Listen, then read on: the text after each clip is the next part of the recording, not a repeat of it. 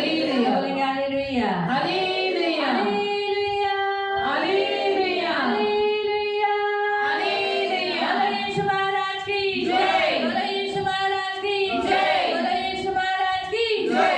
मैं प्रभु यीशु के नाम में आप सबका स्वागत करती हूँ। मी प्रभू यीशूच्या नावाने सर्वांचं स्वागत करते. प्रभु को धन्यवाद देती प्रभु आज हमें तीसरे दिन की उपवास करने के लिए लेकर आया। देवाला धन्यवाद देते की देवाला तिसऱ्या दिवशी उपवास करून आपल्याला त्याच्या मंदिरात घेऊन जैसे आला. 40 दिन का फास्टिंग है जसे 40 दिवसांचे उपवास और आहे 40 दिन का उपवास का मीनिंग आपने सुना ही अभी मराठी में इतना अच्छा रीति से बताया गया है। आणि 40 दिवसांच्या उपवासाचा अर्थ इतक्या चांगल्या रीतीने मराठीमध्ये परमेश्वर के सांगण्यात आला पास लौट आओ की देवाजवळ परत या और एक आशा है दुख से हमें एक आशा है पुनरुत्थान की आणि फिर से दुःखामधून जिलाए जाने की फिर से उठ खड़ा करने की। आणि दुःखामधून निघून पुनरुत्थानामध्ये प्रवेश करायची म्हणजे पुन्हा जिवंत होण्याची पुन्हा उठण्याची एक आशा आपल्या जवळ आहे. इसलिए प्रभु इस उपवास के द्वारा वापस लौट आने के लिए प्रभु कहता है, इसीलिए ये लौट आना बड़ा इम्पोर्टेंट होता है। आणि उपवासाच्या द्वारे देव आपल्याला सांगत आहे की तू पुन्हा परत ये व परत येणे हे फार गरजेचं आहे. प्रभु आपको आशीष दे। देव तुम्हाला आशीर्वाद तो देतो. हम दरवाजे के बारे में देख रहे हैं। दरवाजाबद्दल पाहत अब आहोत. हम पढ़ेंगे रेवलेशन चैप्टर 3।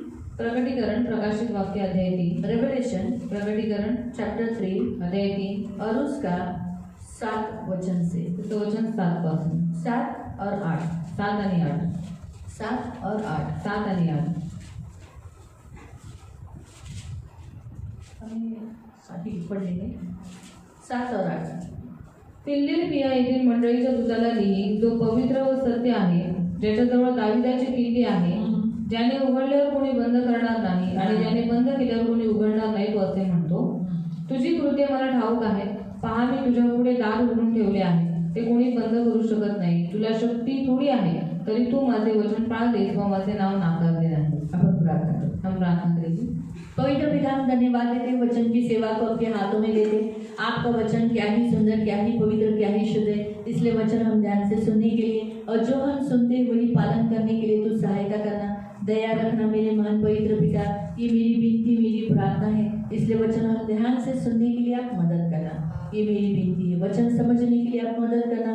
और प्रभु पवित्र पिता, वचन के द्वारा हम अपने आप को उत्साहित करने के लिए और तुझ में बने रहने के लिए तू सहायता करना, यीशु के नाम से आमीन। Praise the Lord.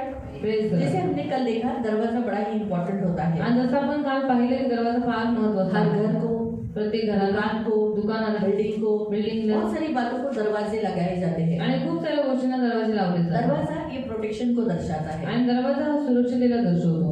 दरवाजा किसको अंदर लेना, किसको अंदर नहीं लेना, वो एक बात को दर्शाता है। आणि दरवाजा हा कोणाला आतमध्ये घेणं कोणाला न घेणं या गोष्टीवरती तो दर्शवतो. इसीलिए प्रियो कल हमने देखा था कि सबसे पहला यीशु मसीह ने कहा मैं भेड़ों का द्वार हूँ। काल सर्वात पहिले आपण पाहिलं होतं की प्रभू येशू म्हणाला मी मेंढरांचं द्वार तो आहे. यीशु दरवाजा है। ते येशू दरवाजा आहे. चरवाहे का दरवाजा ये हमने पहले कल देखा था। आणि मेंढपाळाचा दरवाजा आपण काल पहिले तो बघितला होता. इसीलिए प्रियो ये दरवाजा है और ये स्वर्ग का दरवाजा है। आणि हा एक दरवाजा आहे आणि तो स्वर्गाचा दरवाजा आहे. हाँ, स्वर्ग को बहुत सारे दरवाजे नहीं है। आणि स्वर्गाला खूप सारे दरवाजे नाहीये. स्वर्ग को एक ही दरवाजा है, वो ही यीशु मसीह। स्वर्गाला एकच दरवाजा आहे तो म्हणजे प्रभू और येशू. अगर जिसको भी स्वर्ग में आना है उसे इस दरवाजे से ही, यीशु के दरवाजे से ही आना है। आणि ज्याला कोणाला स्वर्गामध्ये यायचं आहे त्यांनी येशू या दरवाजाच्या द्वारे आतमध्ये यायचं. बिना इस दरवाजे के कोई भीतर आ नहीं सकता। आणि बिना या दरवाजाचे कोणीही आतमध्ये प्रवेश नाही करू शकत. इसीलिए वो भेड़ों का दरवाजा कहा गया है। आणि म्हणून त्याला मेंढरांचा दरवाजा असं म्हटलं इस जातं. दरवाजे से आने के लिए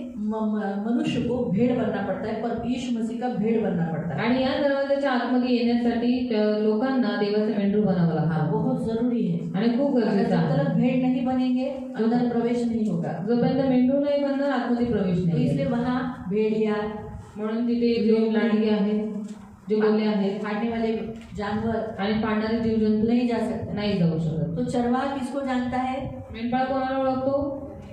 भेड़ों को। मेंढरांना. तो इसीलिए हर व्यक्ति जो यीशु के पास आता है उसे यीशु को पहचानना चाहिए, क्योंकि यीशु ने कहा मेरी भेड़े मेरी वाणी और किसी के पीछे, फिर से मेरी भेड़े मेरी वाणी सुनती है, किसी और की नहीं, है ना। तो हम किसी और का, कोई हमको बुलाए, कोई हमको आवाज दे, हम नहीं सुनना चाहिए, और किसी के पीछे नहीं चलती, यानी और हम इस संसार में कहीं और नहीं जाना है। सिर्फ किधर? चर्च। सिर्फ किधर? प्रभु के पीछे, यीशु के पीछे। मालूम हुआ? तो ये पहला दरवाजा है। आणि हा पहिला दरवाजा आहे इस दरवाजे को एक ऑप्शन रखा गया है, ये जबरदस्ती नहीं है। तो आणि दूसरा दरवाजा है निर्णय का दरवाजा, वो मैंने थोड़ा सा ये कर दिया था, निर्णय का दरवाजा हमने कल देखा था। बाजूला लिखता नहीं लगा नहीं है, खोलून देते।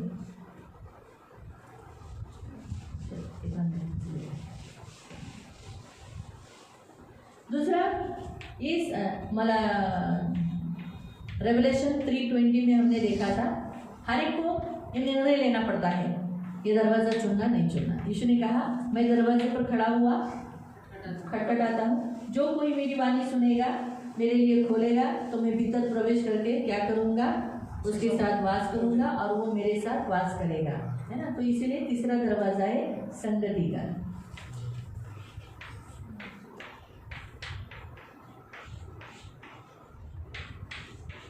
संगति का तो प्रभु चाहता है कि हम क्या करें, प्रभु के साथ संगति करें। आणि देवाची इच्छा आहे की आपण देवाबरोबर संगती करावी।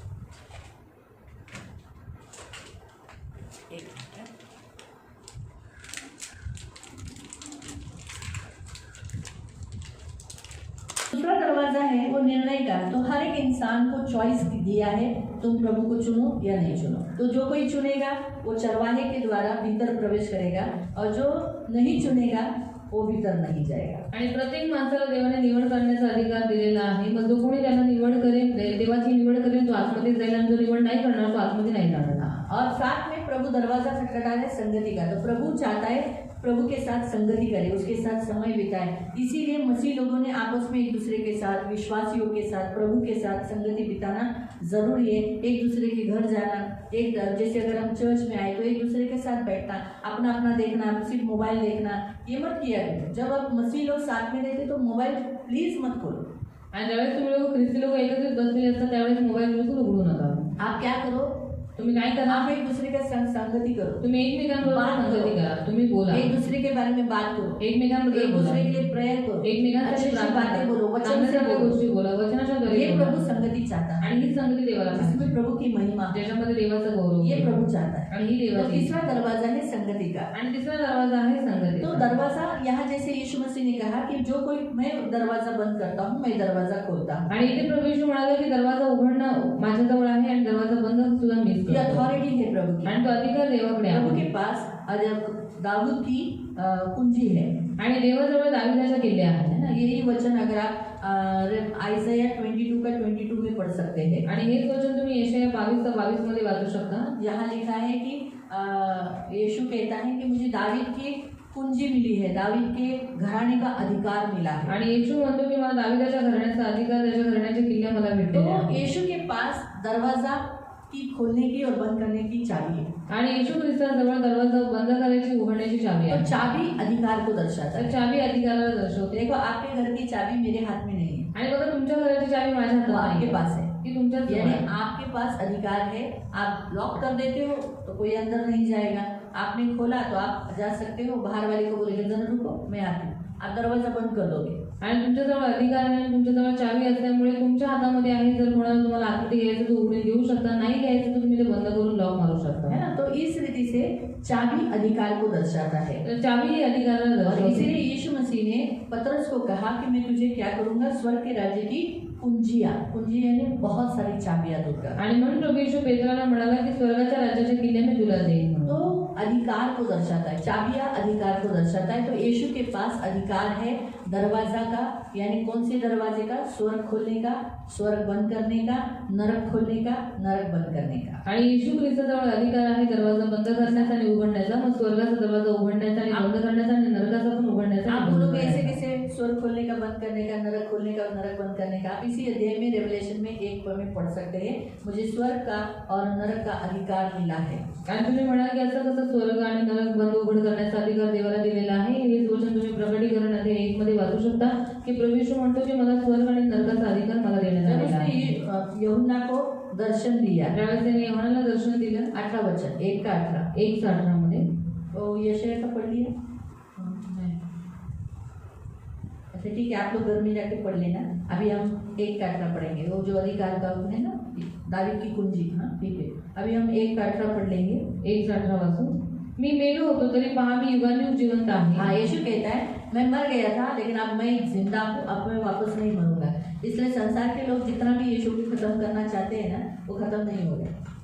आणि जगातील लोकांनी किती येशूला संपवायचा प्रयत्न केला पण तो सच संपणार पूछो, मैं नाही. आपको बता दी 2026 साल पहले भी यीशु नहीं मरता, आणि 2026 वर्षापूर्वी पण प्रभू येशू मेला लेकिन नाही. यीशु अपनी जान देने खुद आया था। पण येशू आपला जीव देण्यासाठी स्वतः आला. अगर यीशु अलाउ नहीं करता तो यीशु नहीं मरता। आणि जर येशूने परवानगी दिली नसती तर येशू मेला उसने खुद नसता. कहा मैंने खुद दिया है, आणि तो स्वतः म्हणाला की मी स्वतःहून आलेलो मैंने आहे अपना प्राण खुद दिया है। आणि मी स्वतःचा प्राण स्वतः दिलेला आहे. मालूम हुआ?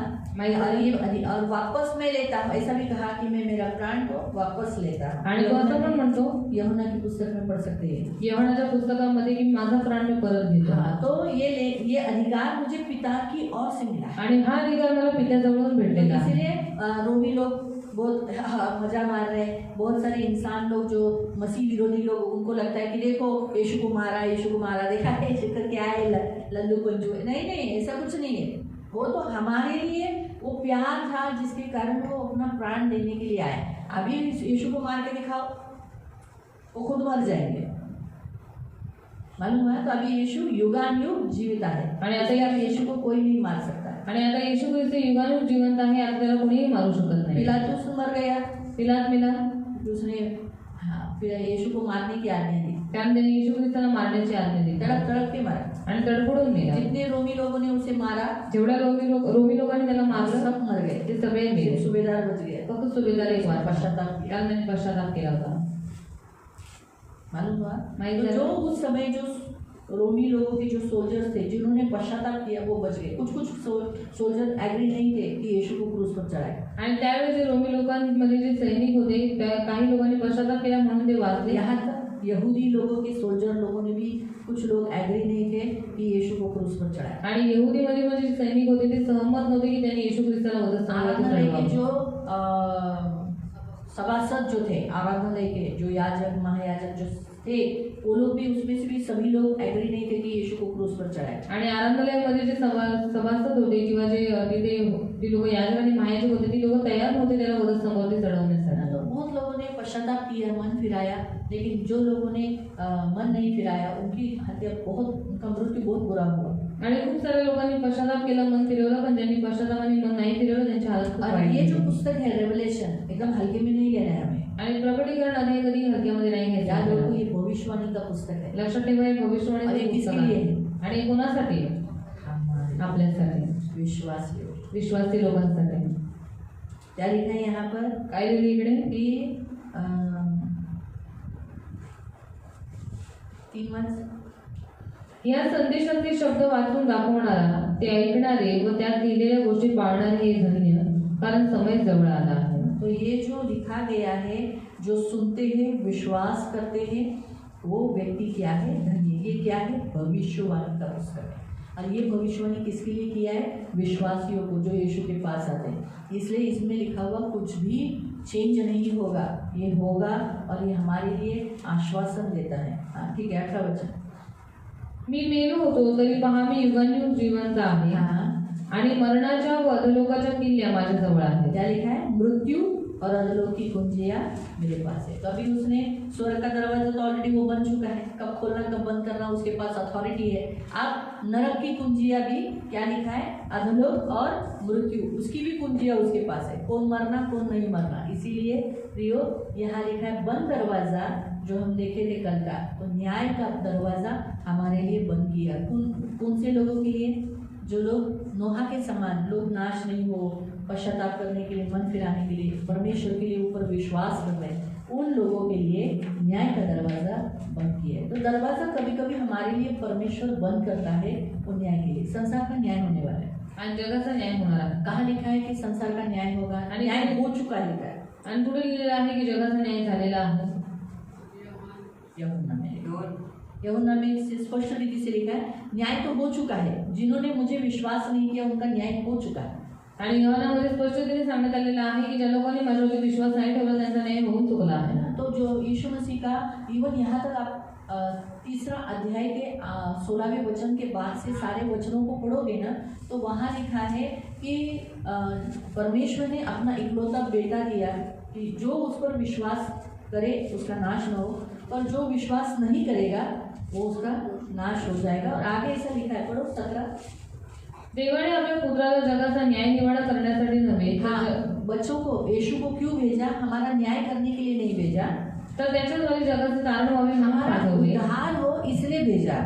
जो त्याच्यावर विश्वास ठेवतो त्याच्यावर न्याय निवडण्याचा प्रसंग येत तो नाही। हम पर न्याय नहीं आएगा, इसीलिए यीशु दरवाजा न्याय का बंद करेगा। तो इसलिए जब न्याय होगा अंतिम काल में, तो हम सब जो प्रभु के भवन में, प्रभु के राज्य में आते हैं, हर शपथ दिन पालन करते हैं, तो आपका न्याय के सामने जाने की जरूरत नहीं पड़ेगी। आप दान दशम देते हैं, प्रार्थना करते हैं, उपवास करते हैं, तो न्याय के सामने आपको जाने की जरूरत नहीं है। फिर आप क्षमा करते हो, दया करते हो, एक दूसरे से मेल मिलाप संगति करते हो, तो आपको न्याय के सामने जाने की जरूरत नहीं है। सुधारते हो एक दूसरे को, सुधारते हो क्या? हाँ, तो बोलो ना, आप एक दूसरे की गलतियां दिखाते हो, दाखवायचं, हमेशा दाखवायची, एक दूसरे की गलतियां दिखाने की, नहीं तो सामने वाला पाप करता रहेगा ना, गलतियां नहीं दिखाएगा तो मर जाएगा ना। तो येऊन दे ना, 4 रोटी खाने दो एक्स्ट्रा।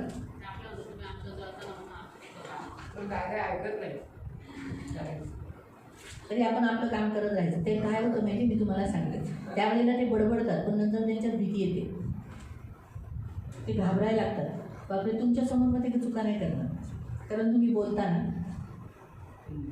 अगर आप बोलोगे नहीं ना, वो आपके सामने करेंगे, लेकिन आप बोलोगे ना, तो क्या होगा मालूम, वो हमेशा डरेंगे, देख रहे हैं क्या, तो आपको हमेशा अनदेखा करके चुपके से जाएगा, वो डर आएगा उसमें।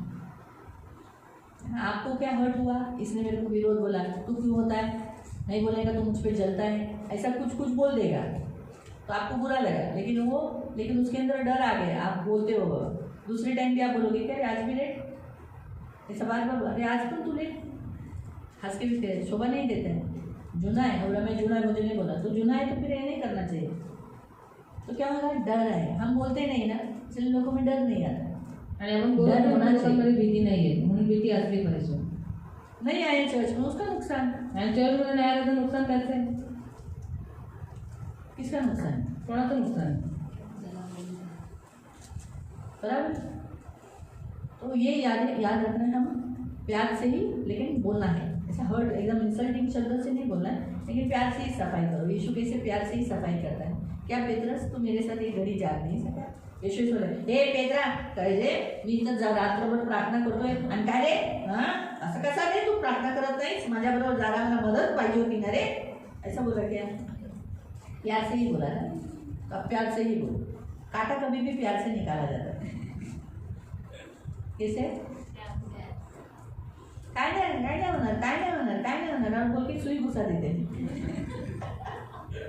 सच है ना, सुई से निकालते हैं ना कांटा, सुई ने तो पिन, तो सुई और पिन सेम ही हो गई ना, पिन टोचने वाली, नहीं तो कांटा निकलेगा ही नहीं, तो वैसे ही होता है। लेकिन प्यार से नहीं, काय नहीं होना, तो बगू नको, ऐसा बोल के प्यार से निकाल देते, हो गया, कांटा निकल गया।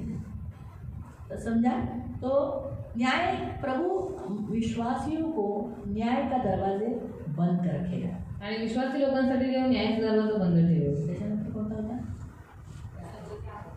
एवढंच, कल इतना ही देखा था ना। तो आज हम देखेंगे, जैसे यहाँ लिखा है बंद दरवाजे के बारे में, और भी हम 2 दरवाजे बंद देखेंगे। तो यीशु मसीह ने, परमेश्वर ने कहा, मत्ती अध्याय 6 में कहा है, मैथ्यू 6, मत्ती अध्याय 6, मैथ्यू 6, मत्ती अध्याय 6 और उसका प्रार्थना का वचन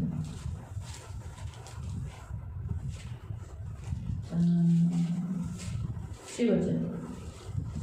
तू तर जेव्हा जेव्हा प्रार्थना करतोस तेव्हा तेव्हा आपल्या खोलीत जावं, दार लावून घे। यहाँ एक दरवाजा बंद करने करने के लिए बोला है, वो है प्रार्थना का दरवाजा। नैतिक दरवाजा बंद करायला सांगितलंय तो म्हणजे प्रार्थनेचा दरवाजा। यहाँ प्रार्थना का दरवाजा आप जब प्रार्थना बंद करोगे, बंद करके अपने घरों में वैयक्तिक प्रार्थना करोगे, तब आपको गुप्त में जो आपका पिता आपके साथ अकेले में, आप अकेले बैठे हो ना, अकेले में प्रार्थना कर रहे हो ना, तो आपका पिता आपके साथ रहेगा, वो आपको क्या देगा? प्रतिफल देगा। आणि जर तुम्ही प्रार्थनेसाठी दरवाजा बंद केला आणि गुप्तमध्ये गुप्तदर्शी पित्याजवळ जर तुम्ही प्रार्थना केली तर तुमचा गुप्तदर्शी पिता तुम्हाला उघडपणे त्याचं प्रतिफल देईल। प्रिय, प्रभु चाहता है कि हम प्रभु के साथ वैयक्तिक प्रार्थना करें। आणि देवाची इच्छा आहे की आपण त्याच्याबरोबर वैयक्तिक प्रार्थना करावी। फैमिली प्रेयर करते हैं, अच्छा है, कुटुंबाची प्रार्थना करतो चांगली गोष्ट लेकिन आहे, हमें अकेले भी प्रभु के साथ बैठना है। पण एकट्यात पण देवाबरोबर बसायचं आहे। प्रभु चाहता है, इसीलिए प्रभु बोलता है दरवाजा बंद कर। आणि म्हणून देव म्हणतो दरवाजा बंद कर। अच्छा, मुझे बताओ, यीशु ने प्रार्थना में दरवाजा बंद करने के लिए क्यों कहा? आणि मला सांगा की येशू ख्रिस्ताने प्रार्थनेसाठी दरवाजा बंद करायला का सांगितलं?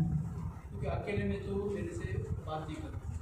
तो चार आदमी में भी बोल सकते ना, हे देवा तू किती चांगला आहे, तू खूप चांगला आहे, तू चांगला आहे, असं बोलून चार माणसात पण आपण बोलून चार आदमी में भी बोल सकते ना। अगर से मैं हाँ, डिस्टर्बेंस नहीं हो, रुकावटें नहीं आए, क्योंकि दरवाजा बंद रहेगा तो कोई भी आएगा नहीं, बीच में रुकावटें डालेगा नहीं। क्योंकि क्या होता है, जब हम चार आदमी के बीच में बैठते हैं तो देखो, आप लोग के बीच में कोई आया तो उठ के चले जाते हो, गैस ऑफ करने जाते हो, पानी आया तो पानी भरने जाते हो, कोई आया बुलाने के लिए तो काय झालं ऐसा करने के लिए। अब मुझे भी प्रेयर में, फैमिली प्रेयर से कोई आया प्रेयर को तो उठने को जाना पड़ता है और बोलना पड़ता है कि जल्दी जल्दी बोलो, मुझे प्रेयर में बैठना है।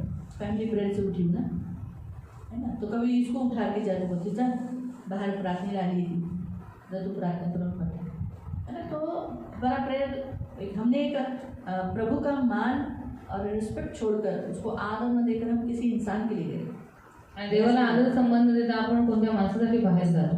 और एखाद्यामुळे आपण नम्र होतो देवासमोर आणि परमेश्वर आपली प्रार्थना ऐकतो।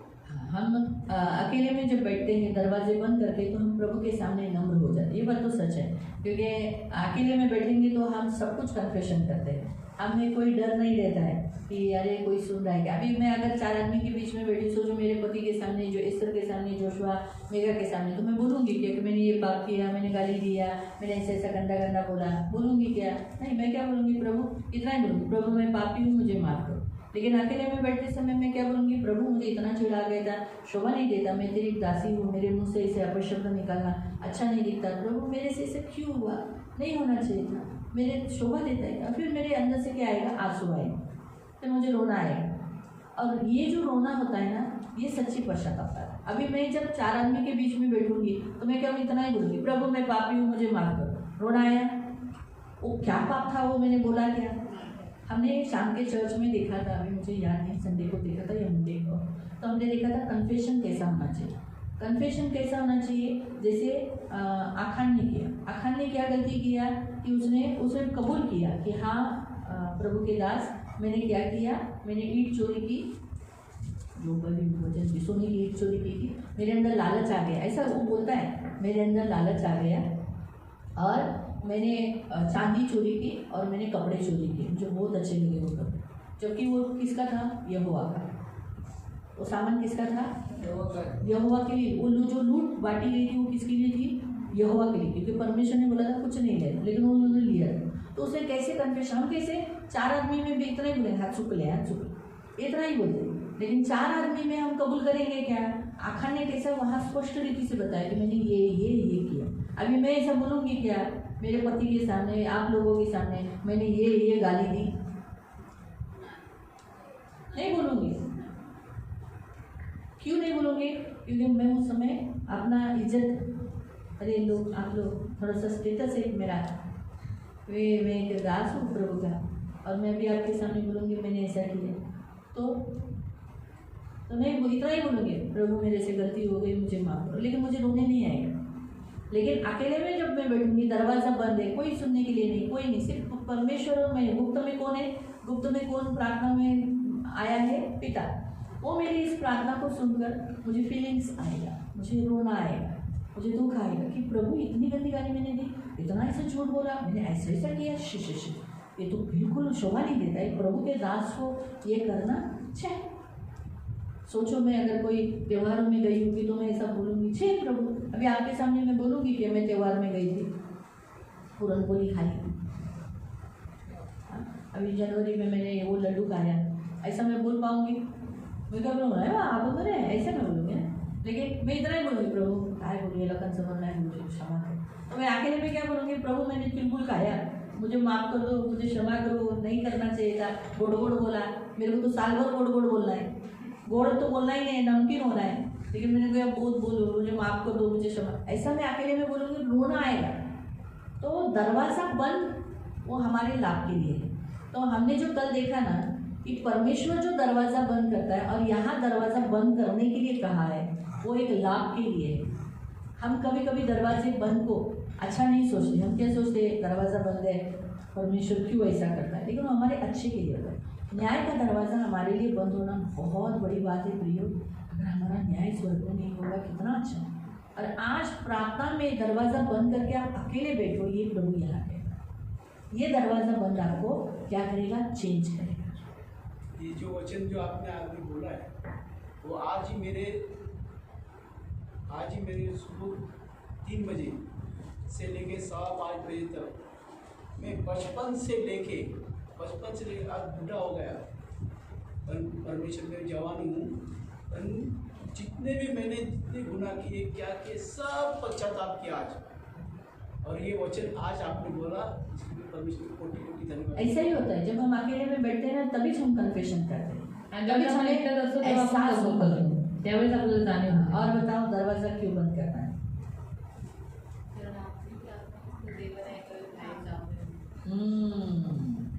कुछ बातें ऐसी होती है जो प्रभु के साथ बात करना चाहते हैं, वो कोई और नहीं सुने।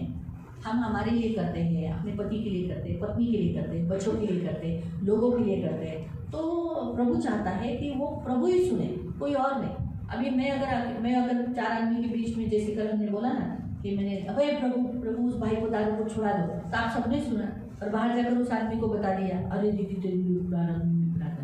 तो प्रभु नहीं चाहता है ना, लोगों से वाहवा नहीं है। आणि लोकांकडून स्तुती प्रशंसा दीदी भेटते. प्रार्थना करते, अरे ये लोग प्रेयर करते, अरे ये तो सारी महिमा किसको गई? किसको गई? वो सारी जो महिमा है, अरे भाई प्रार्थना करता थे लोगों, अरे हम किसको गई? हाँ, जो प्रार्थना करता है, यानी किसको गई? इंसान को गई। और बाइबल में लिखा है, मैं मेरी महिमा किसी को न दूंगा। तो जो प्रभु का है वो प्रभु को होना चाहिए। तो हम सिर्फ दान दशांश ही प्रभु का नहीं होता है, फक्त नामदेव देवाचाच नसतो, महिमा भी प्रभु की होती है। आणि गौरव सुद्धा देवाचाच आहे. हम चोरी नहीं कर तो सकते, आपण चोरी नाही करू तो शकत, वो हमें यीशु को ही देना है। आणि ते आपल्याला येशूलाच द्यायचं आहे. इसीलिए कुछ प्रेयर्स हमें अकेले में ही करने होते हैं, जो कोई और नहीं सुने। आणि काही प्रार्थना आपल्याला एकट्याच कराव्या लागतात की कोणी दुसऱ्याने ते ऐकून अभी घ्यावे. बहुत सारे जो जवान है या स्त्रियां है जो छोड़ी हुई है या विधवाएं हैं, या वो 4 आदमी के बीच में बोलेगी कि प्रभु मुझे सेक्सुअल करने की इच्छाएं आ रही है।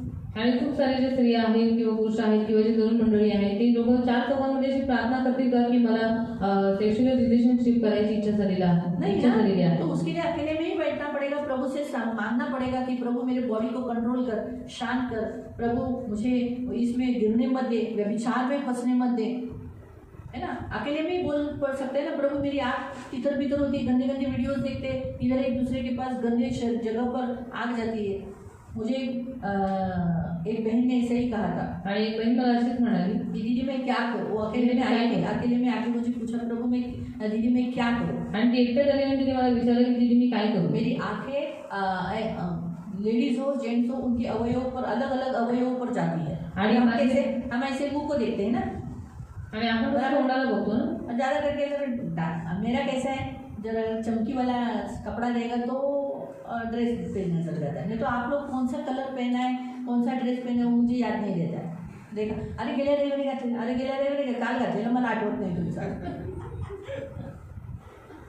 तो मैं गेले रविवार को कौन सा ड्रेस, कभी कभी लोग बोलते हैं दीदी कौन सा ड्रेस घालू, तो वाला घालू का? म्हटलं अच्छा, फोटो आहे का? फोटो है, फोटो पाठवू, बघते जरा चांगला दिसतो का, है ना। तो वो याद नहीं रहता, क्यों? हम फेस को देखते हैं आणि आपण दोघांच्या चेहऱ्याला बघतो. तो ये वो अकेले, अभी उसने बड़ी हिम्मत करके बोली, तो मैं उसको बोलूँ तो अकेली में प्रेयर कर, आणि मी तिला म्हटलं तू एकट्याच प्रार्थना कर, प्रभु से विनती कर, देवाकडे विनवणी कर, तो वो तुम्हें सहायता करे। तो देव तुला मदत करेल. और सचमुच उसमें से प्रभु ने मदद की। आणि खरंच देवाने तिला मदत अभी वो केली. घर में बच्चों के सामने, पति के सामने या सास के सामने ऐसी बोलती तो चलता? आता ती घरामध्ये मुलांसमोर, नवऱ्यासमोर, सासूसमोर अशी प्रार्थना केली असती, चाललं असतं का?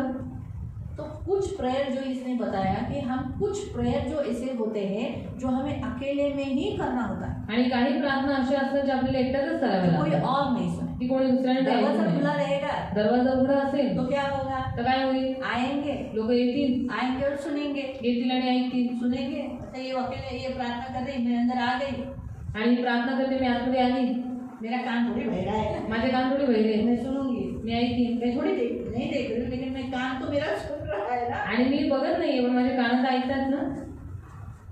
इसीलिए यहाँ दरवाजा बंद हमारे लाभ के लिए है। आणि म्हणून इथला दरवाजा जो बंद आहे तो आपल्या फायद्याचा आहे. इसीलिए प्रियो यहाँ लिखा है कि जो दरवाजा जो यहाँ बंद बताया गया है, तो इसमें क्या होता है, जो ऐसा करता है वो गुप्त में देख, परमेश्वर उसे देखेगा और उसे क्या मिलेगा? प्रतिफल मिलेगा। प्रार्थना का प्रतिफल, आगे लिखो उत्तर, प्रार्थना का प्रतिफल। जो कोई गुप्त में प्रार्थना करता है उसे क्या मिलता है? प्रतिफल। अच्छा, और दरवाजा क्यों बंद करने के लिए परमेश्वर ने कहा, तो यहाँ प्रार्थना का दरवाजा बंद बताया गया। आणि जे प्रार्थनेचा दरवाजा बंद करायला सांगितलेला आहे. हाँ, क्यों बंद दरवाजा बंद? हाँ, तो और भी मुझे एक और चाहिए। हाँ, ते झालं ना, डिस्टर्बन्स नहीं हो। मला अवसर द्यायचा. लोकांनी आपल्याला बघू नये की आपण प्रार्थना देवाने ये तो मैं बोला ना, गुप्त में पिता देखता है। प्रियो, हम एक इंसान, ऐसे इंसान हैं जो इंसानों के साथ ज़्यादा बैठते हैं लेकिन परमेश्वर के साथ नहीं बैठते, और प्रभु ने हमारा मेन मुख्य जो उद्देश्य बनाया कि हम उसके साथ बैठे, हम उसको, हमारा पिता है और उसकी संतान उसके साथ नहीं बैठेगी। सोचो आपके बच्चे आपके बाजू में नहीं बैठते, आपके साथ समय नहीं बिताते, आपको कैसा लगता है बताओ? हाँ, बुरा लगता है। आप ऐसे ही चाहेंगे ना, मेरा बेटा आया, मेरी बेटी आई, मेरे साथ बैठी, और वो आई और सहेली के पीछे गई, हेलो इधर गई, बाजू वाली के पास गई, काय मावशी काय आती हम, ऐसा करके गई, और सुबह दिन भर हुआ, रात को बिछाना गई, आई और चली गई, और आपके साथ बैठी नहीं रही, तो कितना बुरा लगेगा। अरे मेरे बच्चे मेरे साथ नहीं बैठे। तो इसीलिए कोई डिस्टर्बेंस नहीं हो, इसीलिए दरवाज़ा बंद रहेगा तो किसी और के साथ नहीं बैठेगी, मोबाइल के साथ नहीं बैठेगी, किसके साथ भी नहीं बैठेगी, वो किसके साथ बैठेगी? सिर्फ पिता के साथ बैठेगी। इसलिए प्रियो, यहाँ जो बंद दरवाज़ा बताया गया है वो यही कारण है। आणि इथे जो बंद दरवाजा सांगितलेला आहे त्याचे हेच कारण आहे. मालूम हुआ? तो यहाँ बंद दरवाज़ा किसको दर्शाता है? प्रार्थना के दरवाजे को, जिसका प्रतिफल परमेश्वर देता है। बंद दरवाज़ा जो नोहा के काल का, वो न्याय को दर्शाता है, जो परमेश्वर बंद करता है वो, और यहाँ हमें बंद करना होता है। पहला दरवाज़ा किसने बंद किया? परमेश्वर।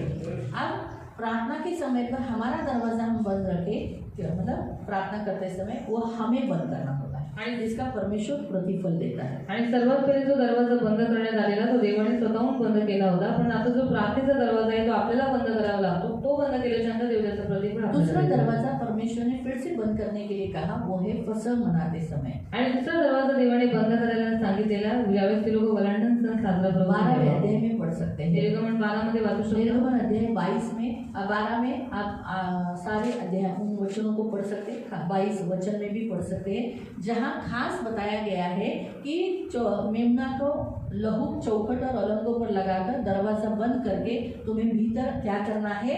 फसह मनाना है। तो क्या होता था? मृत्यु का आत्मा वहाँ से जा रहा है तो वो उस घर में नहीं आता था। तो इसलिए प्रियो, जब दरवाज़ा बंद रहेगा ना, दरवाज़ा बंद रहेगा किसके लिए? मृत्यु के लिए। तो हमारा घर का दरवाज़ा, हमारे लाइफ का दरवाज़ा मृत्यु के लिए बंद करने के लिए हमें क्या मनाना है? फसह। तो फसह मनाने वाले लोगों को, फसह अभी नए नियम के अनुसार फसह क्या है? आणि नवीन काळानुसार वलांडण काय आहे? हाँ, जोर से बोलो। प्रभु भोजन। तो जब आप प्रभु भोजन एक दरवाजा है, आणि प्रभु भोजन हा एक दरवाजा आहे. फसह दरवाजा, प्रभु भोजन दरवाजा। नहीं तो फसह लिखकर क्रॉस मार और प्रभु भोजन।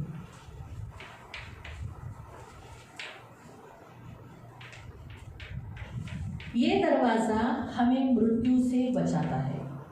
आणि हा दरवाजा आपल्याला मृत्यूपासून वाचवतो. हाँ, जो संसार में जो मृत्यु का आत्मा, बीमारी का आत्मा, गरीबी का आत्मा, जो शरीर को यातना देता है, उस आत्मा से बचाता है। आणि मृत्यूचा, गरिबीचा आणि जे आत्मी इथं वावरत असतं त्या जगामध्ये त्या आत्म्यापासून तो आपलं रक्षण तो करतो. इसीलिए प्रियो, उस समय इस्राएली लोगों ने दरवाजा बंद कर कर फसह मनाया। त्यावेळेस इस्रायली लोकांनी दरवाजा बंद करून तो वलांडण सण साजरा केला. तो दरवाजा बंद करना मतलब उन्होंने क्या किया, अपने आप को इजिप्ट से अलग कर लिया। आणि दरवाजा बंद केला याचा अर्थ त्या लोकांनी स्वतःला मिस्र देशापासून वेगळं हम भी केलं. प्रभु भोजन लेते समय हमें भी पाप से, संसार से हम अलग होकर हम जब प्रभु भोजन खाते हैं तब मृत्यु का दरवाजा हमारे लिए प्रभु यीशु क्या कर देता है, बंद कर देता है। बाइबल में लिखा है हमारे दरवाजे पे कौन कौन होता है मालूम?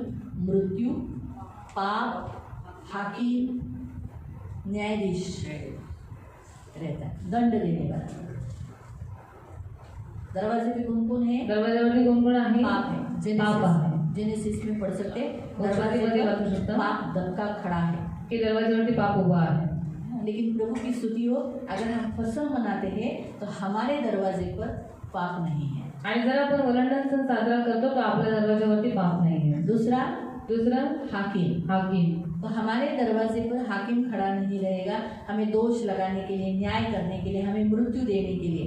इसलिए हमें क्या करना पड़ता है, चौखट और अलंग पर यानी अपने घर जीवन के ऊपर प्रभु भोजन में सहभागिता लेना जरूरी होता है। आणि जर वलांडण सण आपण साजरा करतो तर हाकिम आपल्या दरवाजावरती उभा नसेल आपला न्याय करण्यासाठी, आपल्याला दंडित करण्यासाठी, जर आपण प्रभु भोजनामध्ये भाग घेतो. और दंड देने वाला, आणि दंड देणार न्यायाधीश वो भी हमारे दरवाजे पर खड़ा नहीं रहेगा। तो सुद्धा आपल्या दरवाजावरती उभा नाही क्योंकि राहणार. बाइबल में लिखा है, रोमियो की पुस्तक में 8 में लिखा है कि जो कोई प्रभु में है उस पर दंड आज्ञा नहीं। रोमकरांचं पत्र 8 मध्ये देण्यात आलेले आहे की जो कोणी देव ख्रिस्तामध्ये आहे त्याच्यावरती दंड आहे. प्रभु ने जिसे निर्दोष कहा, धर्मी कहा, उसे दंड कौन देगा? ज्याला देवाने निर्दोष ठरवलेला आहे त्याला दोषी कोण तो ठरवेल. इसलिए प्रियो, हमें हमारे दरवाजे पर हमेशा फसह मनाना है, आणि आपल्याला आपल्या दरवाजावरती नेहमी वलांडण रोज सण यीशु साजरा का करायचा लहू आहे. लगाना है। इसका मतलब डेली हम यीशु के लहू से अपने आप को ब्लड से कवर करना है। आणि रोज येशूचं रक्त लावायचं आहे. रोज आपल्या स्वतःला येशूच्या रक्ताने कव्हर तो करायचं आहे. जब तक हमारे ऊपर यीशु का लहू रहेगा,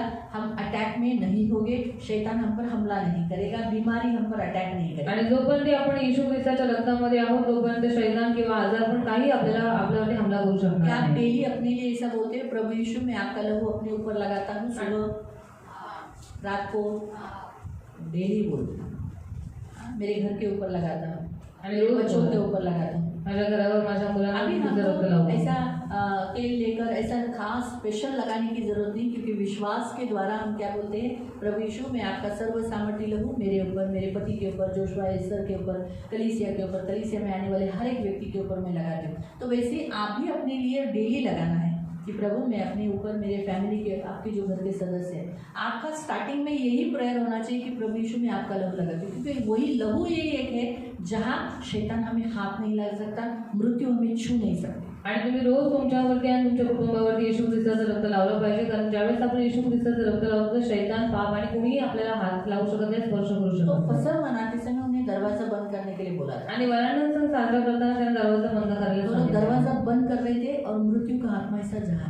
आणि दरवाजा बंद केलेला होता आणि मृत्यूचा आत्मा असा तिकडनं जात क्यों प्रभु ने होता. उनको दरवाजा बंद करने के लिए कहा? का निर्माण त्याने दरवाजा बंद करायला सांगितला? हाँ, मृत्यु का आत्मा उनके घर में घुसे नहीं, करेक्ट है, और वो घर के बाहर नहीं जाए। आणि त्यांनी घराच्या बाहेर दरवाजा जाऊ खुला नये. है तो बच्चे जाएंगे, आणि कोई दरवाजा भी उघडा असेल जाएगा। तर मुलं जाते. हाँ, तो इसीलिए फसह मनाते समय भी हम बाहर नहीं जाए, कलीसिया के भीतर ही जहाँ हम हैं या घर में हैं वहीं पर रुके। आणि वलांडण सण साजरा करताना सुद्धा आपण बाहेर जाऊ नये, जिथे आहोत तिथेच उभं राहून आपण ते घ्यायचा. क्यों खुला बंद करने के लिए बोला था? आणि तिसरं काय ते बंद करायला सांगितलं दरवाजा? हाँ, वो काय ते सांगितलं. हाँ,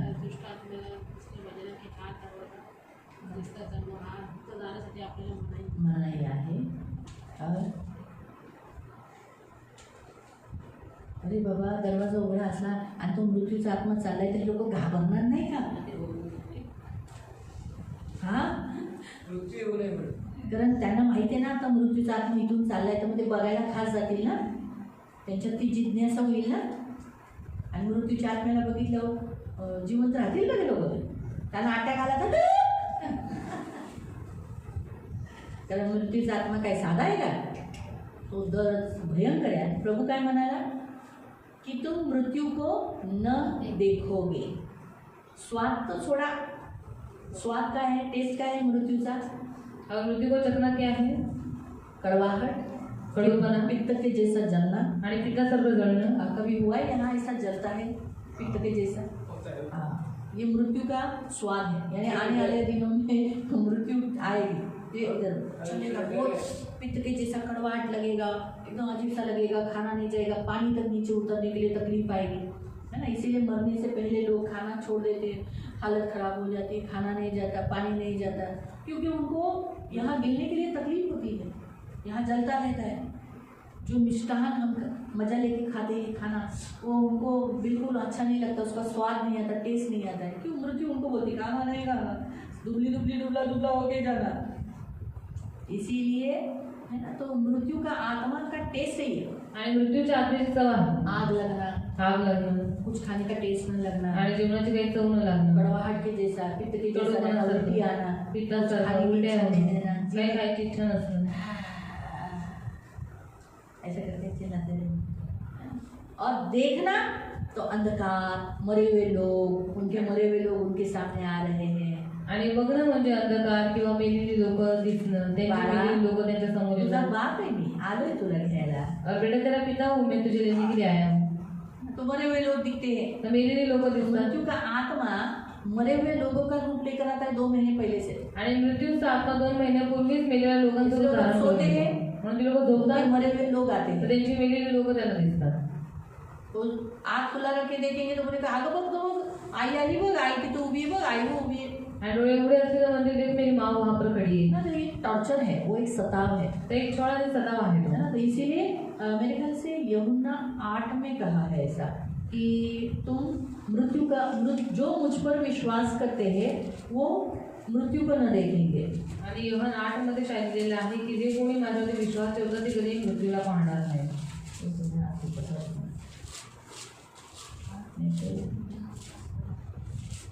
आठ नहीं है, 8चं 51.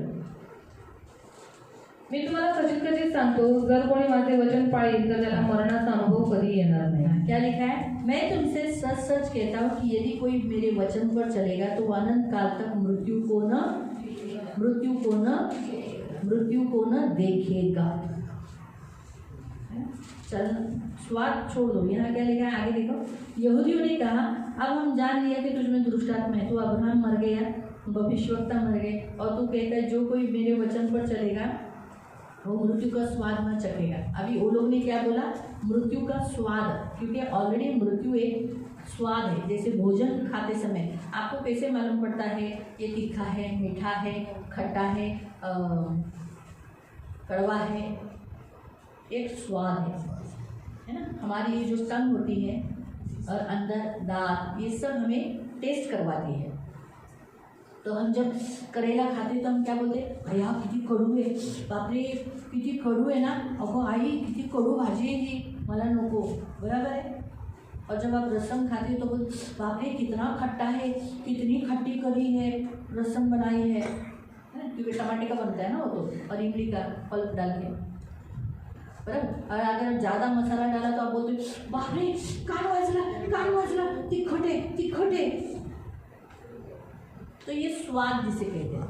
वैसे ही मृत्यू को भी स्वाद है. आणि मृत्यूला सुद्धा चव आहे. लेकिन प्रभु की दया से जो कोई प्रभु भोजन खाता है, फसल मनाता है, दरवाज़ा बंद करके, यानी मृत्यू को बाय बाय, तुम्हारा मेरे ऊपर कोई अधिकार नहीं है, यानी वो उस रूम में, यानी अभी फसल तो अपने घर में तो होता नहीं है. आणि प्रभू भोजन वलांडण सण तर आपल्या घरात नाही साजरा केला कहाँ जात. होता है? कुठे होतो?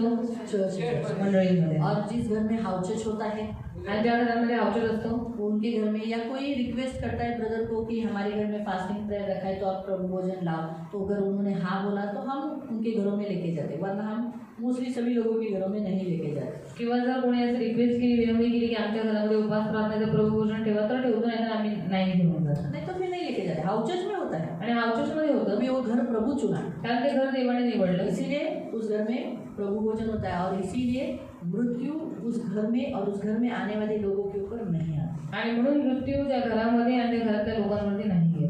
तो इसलिए दरवाज़ा बंद करके भी, तो ये जो लिखा है दरवाज़ा बंद कर पसर का, आणि हा जो दरवाजा दिलेला आहे तो वर्णनाचा बंद दरवाजा। और हम और एक दरवाज़ा देखेंगे, तैयार है ना? बंद दरवाज़ा, यहाँ यीशु ने बंद किया है, आणि ते येशूने बंद केलेलं ये आहे बड़ा नुकसान है। आणि खूप मोठं नुकसान आहे। ये उन लोगों के लिए रखा है, कोई बता सकता है? करेक्ट। 10 वर्जिन्स के बारे में, 10 कुमारियाँ, 25 अध्याय निकालो, मत्ती 25, मत्ती अध्याय 25, मैथ्यू मत्ती 25 25 और उसका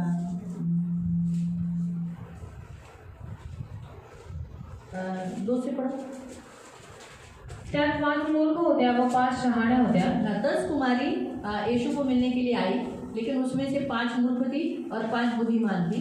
कारण मूर्ख कुमारींनी आपले दिवे घेतले पण आपल्या बरोबर तेल घेतले नाही। हाँ, मूर्ख जो थी उन्होंने क्या किया था, अपने साथ दिए तो लिए थे, दिए उनके जल रहे थे, लेकिन उनके पास क्या नहीं था, तेल नहीं था। मतलब तेल हम लोग ऐसे हाथ में तो नहीं लेते, मतलब उनके पास क्या होना चाहिए, हाँ शीशी, कुप्पी होनी चाहिए, बॉटल होनी चाहिए। अभी अगर हम लोग आज दुकान में गए, हमारे बचपन में तो हम ऐसी बाटली लेके जाते थे, मुझे याद है। हाँ, कांचे बाटली ऐसा लेके जाते थे, प्लास्टिक की बाटली। अभी तो लोग थैली में लाते हैं, लेकिन हमारे समय पे बाटलियों में ही तेल लाते थे। गोड़ो तेल, हम लोग गोड़ो तेल इस्तेमाल करते थे, तो गोड़ो तेल लेने के लिए, या फिर सनफ्लावर तेल। तो वहाँ हमारे मुंबई में ऐसा था, तेल ऐसा भरे हुए रखे रहते थे, उसमें से वो ऐसा पाव लीटर, आधा लीटर ऐसा देता। तो हम ऐसी बाटलियों में लाते हैं, तो इसलिए यहाँ उस काल में कुप्पियों में तेल रखा जाता था, आणि त्या काळामध्ये कुप्पीमध्ये तेल ठेवलं जायचं, है ना। तो अभी तो प्लास्टिक की बाटलियाँ कुप्पी में होती है, वहाँ पहले कांच की बाटलियाँ होती थी।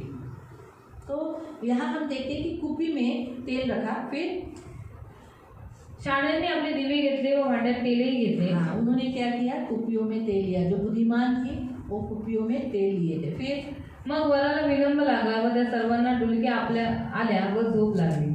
तेव्हा मध्यरात्री अशी हाक आली की पहा वर आला आहे, त्याला सामोऱ्या चला। मग त्या सर्व कुमारी उठून आपापले दिवे नीट करू लागल्या। तेव्हा मूर्खांनी शहाण्यांना म्हटले, तुम्ही आम्हाला तुमच्या तेलातून काही द्या, कारण आमचे दिवे जाऊ लागले आहेत। पण शहाण्यांनी उत्तर दिले की कदाचित आम्हाला व तुम्हाला पुरणार नाही, तुम्ही विकणाऱ्यांकडे जाऊन स्वतःकरता विकत घ्यावे हे बरे। ते विकत घेण्यात गेले असता वर आला, तेव्हा त्याची अभी ध्यान से, वो मोल लेने के लिए गई, तब क्या आया, दूल्हा आया, यीशु आ गया। तेव्हा त्यांची तयारी झाली होती, जो तैयार थे त्याच्याबरोबर आत लग्नास गेले आणि दार बंद झाले। क्या हुआ, जो तैयार थे वो अंदर गई और जो तैयार नहीं थी वो बाहर रही, और यीशु ने वो दरवाज़ा बंद कर दिया। तो इसीलिए इस दरवाजे को कहा जाता है तैयारी का दरवाज़ा।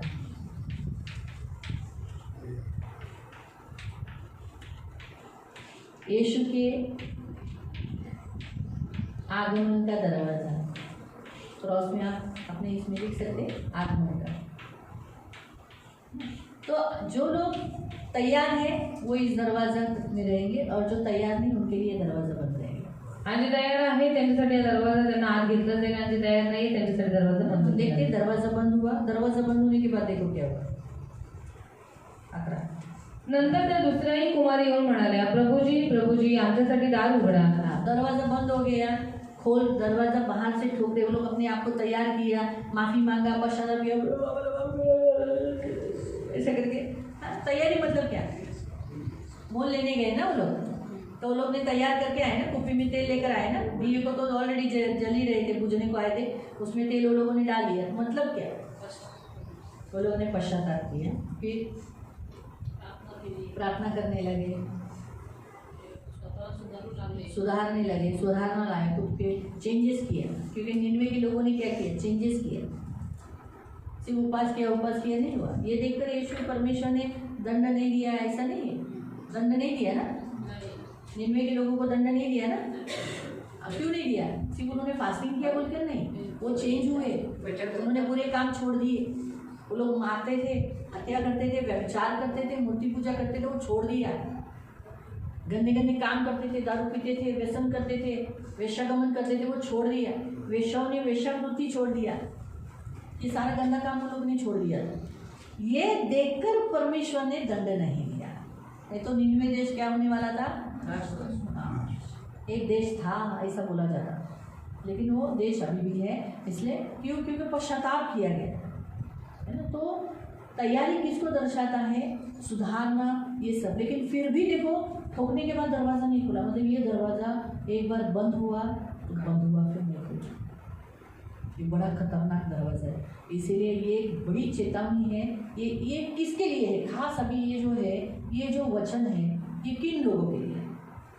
जो पश्चाताप नहीं पश्चाताप नहीं किया उसके लिए। हाँ, लेकिन वही किन लोगों के लिए? मसीह के लिए। ये विश्वासियों के लिए, मसीहियों के लिए जो चर्च आते हैं। ये विश्वासियों के लिए, चर्च में आते हैं उन लोगों के लिए वचन है। आणि विश्वासी लोकांसाठी जे मंडळीमध्ये येतात त्यांच्यासाठी हे वचन आहे. जो आते हैं, जे येतात लेकिन अपने आप को तैयार नहीं रखते, पण स्वतःला तयार नाही ठेवत, प्रिपेयर नहीं करते। तयार नहीं करत. मतलब तैयार, मतलब अभी देखो, हम जाके एक बाटली में अपनी तैयारी का कुछ भर नहीं सकते। आणि जाऊन बाटलीमध्ये आपण तयार आहोत असं म्हणून काय आपण तेल वगैरे काही भरून नाही घेऊ शकत. बाटली कौन है? ती बाटली कोण आहे? आपलं जीवन. हमारा। ये जो है, ये बाटली है। आणि आपण जे आहोत आपण बाटली कहाँ आहोत. लिखा है? कुठे लिहिलेलं आहे ये हम बाटली है। की आपण बाटली आहोत? बरी मी मुख्य होती कारण इसके लिए ताली हो जाए। मला किती सांगितलं? सगोपदेशक अध्याय 10 में कहा है उपदेश 10 मध्ये म्हटलेलं आहे कि मरी हुई अच्छे बहुमूल्य तेल से खुशबू आती है, लेकिन मरी हुई मक्खी अगर उस बोतल में गिर जाए तो वो किसी काम की नहीं देती। बात है। बात तो वो तेल भी फेंकने में गया, वो बाटली भी, है ना, तेल के साथ बाटली भी फेंक देते हैं ना। हाँ। तो ऐसा ही होता है। तो वो बाटली कौन है? हम मसीह, हमारा लाइफ, हमारा जीवन। तो इसमें हम जो मसीह कौन करते हैं, ये जमा होता है। हम चर्च आते हैं, प्रार्थना करते हैं, दया करते हैं, सहते हैं, अनदेखा करते हैं, उपवास करते हैं, दान दशांश देते हैं, मसीहों के साथ अच्छा व्यवहार करते हैं। अरे अच्छा झालं चांगलं, ऐसा चलते नहीं, कशाला झालं इथं चांगलं, ऐसा चलते नहीं, है ना। यहाँ आने वाले लोग जलते भी हैं, वो 5 मूर्ख है जो ले चर्च आते हैं, लेकिन किसी ने उनको लाया है, पण कोणीतरी त्यांना आणलंय, लेकिन उनकी इच्छा नहीं है। पण त्यांची काही इच्छा नाही इधर आ, तिथे यायची. इसलिए अभी माँ बाप ने बोला चलो जवान, अभी जो कुछ उनका जवान का नाम होगा, सोचो मैं उदाहरण लेती हूँ। वो अनुग्रह को बोल रहे अनुग्रह चल, अनुग्रह अम्मा मुझे नहीं आ रहा, लेकिन अभी वो अम्मा मारेगी बोलकर वो लेकर आई, आणि अम्मा मारेल म्हणून तो दिल से आया क्या? ऐसे हृदयाने कितने आलं. लोग? आणि अशी किती सारी लोक, पत्नियां उनको लेकर आती, इसलिए पति लोग आते हैं, आणि बायको त्यांना घेऊन येते म्हणून किती सारे नवरे येतात. है ना। कुछ बहुत सारे लोग दिल से नहीं आते, आणि खूप सारे लोक हृदयाने नाही येत, तो कुछ लोग यहाँ प्रार्थना दिल से नहीं करते, आणि काही लोक इथे प्रार्थना घर में हृदयाने नाही प्रार्थना करत, बराबर से नहीं बैठते, आणि घरात प्रार्थनेला बरोबर नाही बसत, उपवास नहीं करते, उपवास नाही करत, दान दशम दिल से नहीं देते, दान दर्शन हृदयाने देत नाही. देते समय बोलते अरे काय आहे देवाला, आपण देवाकडून घ्यायला आलो नाही तर देवाला द्यावं लागतंय, और क्या हम यहाँ पर परमेश्वर से लेने के लिए आए, यहाँ पर देना पड़ रहा है. यांचा चांगला धंदा झालाय, हा एक चांगला धंदा केलाय, और इनका अभी अच्छा धंधा हो चुका है, अभी अच्छा धंधा कर रहे हैं, हा चर्च एक धंदा झालाय। और चर्च अभी एक धंधा हो गया.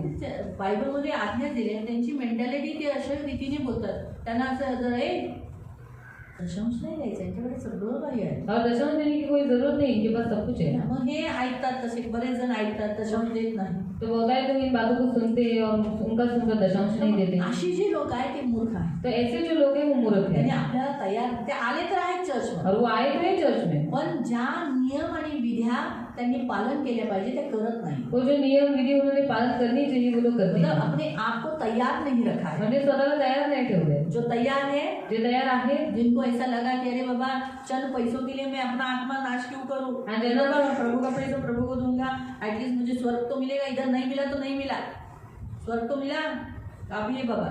आणि ज्यांना असं वाटतं की मी एवढ्याशा पैशांसाठी आपला आत्मा नाश कशाला करू, भले मला इथं नाही भेटलं पण स्वर्गाचं भेटेल, तेवढं भेटेल ना तर बस झालं. ऐसा बोलकर जो लोग गरीबी में हाल अपेक्षा में जी रहे, जैसे लाजर कैसे में जिया, आणि जसं लागत कसं जगला, गरीब बहुत गरीबी में जिया ना, तो गरिबीमध्ये जगला, बीमारी में जिया, आजारपणात उसने जगला. कोसा परमेश्वर को, त्याने देवावरती दोष लावला का? बीमारी में मरा, त्या आजारपणात तो मेला. कोसा उसने परमेश्वर को, पण त्या देवाला पोचलं का कधी? लेकिन कहाँ गया वो? पण कुठे गेला उसका तो? दुख का रूपांतर सुख में हो गया, आणि त्याच्या दुःखाचं रूपांतर सुखात झालं. दुख खत्म हो गया ना. त्या दुःख अगर संपलं वो ना. परमेश्वर को कोसता जर त्याने देवाला पोचलं असतं तो क्या वो दुख खत्म होता? तर ते दुःख संपलं असतं का का? नरक चालू हो जाता आणि सदा सर्व काळाचं नरक चालू झालं असतं. है ना. तो ये बातें याद रखना है. तो हम यहाँ मसीहों को बड़ी ही चेतावनी यहाँ दी जाती है. जो दिल से नहीं आते, मसीहतपन भी बराबर नहीं जीते, वो लोग अपने आप को प्रभु के लिए तैयार नहीं किए, पश्चाताप नहीं कर रहे, मन नहीं फिरा रहे, सुधरा हुआ जीवन नहीं जी रहे, वो लोग क्या है, बाहर से उन्हें ठोकना पड़ेगा. लेकिन फिर भी देखो वो चेन तेल लेकर आए. आणि बघा ती लोक तेल घेऊन आले. क्या पढ़ते हैं? काय आपण पाहतो? वो तेल लेकर आए. ती ऐसे लोक पढ़ा है तेल ना? घेऊन आले. वाच पुन्हा 30 लाईन. नंतर त्या नंतर त्या दुसऱ्याही कुमारी येऊन म्हणाल्या, प्रभुजी आमच्यासाठी दार उघडा. त्याने उत्तर दिले, मी तुम्हाला. है ना. तो फिर हम देखते हैं कि वो मोल लेकर आए. आणि त्या विकत घेऊन आल्या ते. है ना. मोल लेने गई थी ना. आणि विकत घ्यायला गेल्या होत्या ना. वो मोल लेकर आए, यानी उन्होंने अपने आप को तैयार किया, लेकिन फिर भी दरवाजा ठोका, लेकिन फिर भी वो दरवाजा यीशु ने नहीं खोला. मतलब कितना भयंकर बात है, ये दरवाजा बंद. आणि त्या ते विकत घेऊन आल्या, पण तरी ते किती त्यांनी दरवाजा ठोकला, पण तरी सुद्धा प्रभू येशू ख्रिस्तांचा दरवाजा नाही उघडला. म्हणजे किती भयानक गोष्ट आहे की हा दरवाजा ज्यावेळेस दरवाजा उघडत नाही. परमेश्वर, स्वर्ग का दरवाजा बंद तो गया, फिर इंसान का लाइफ का कोई फायदा नहीं. आणि जर स्वर्गाचा दरवाजा एकदा बंद झाला तर माणसाच्या आयुष्याचा काही फायदा नाही. यीशु कहता है, येशू म्हणतो,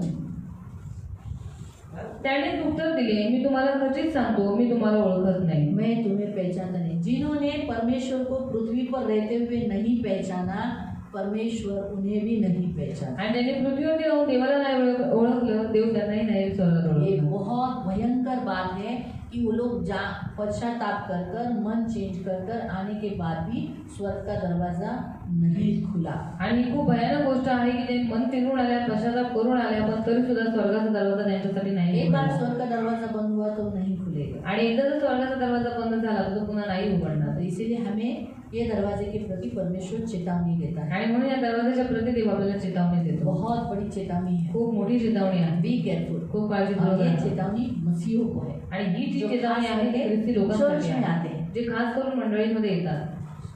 जो चर्च नहीं आते उनका तो ऑलरेडी न्याय का दरवाजा किधर है? चौथा ऑलरेडी है.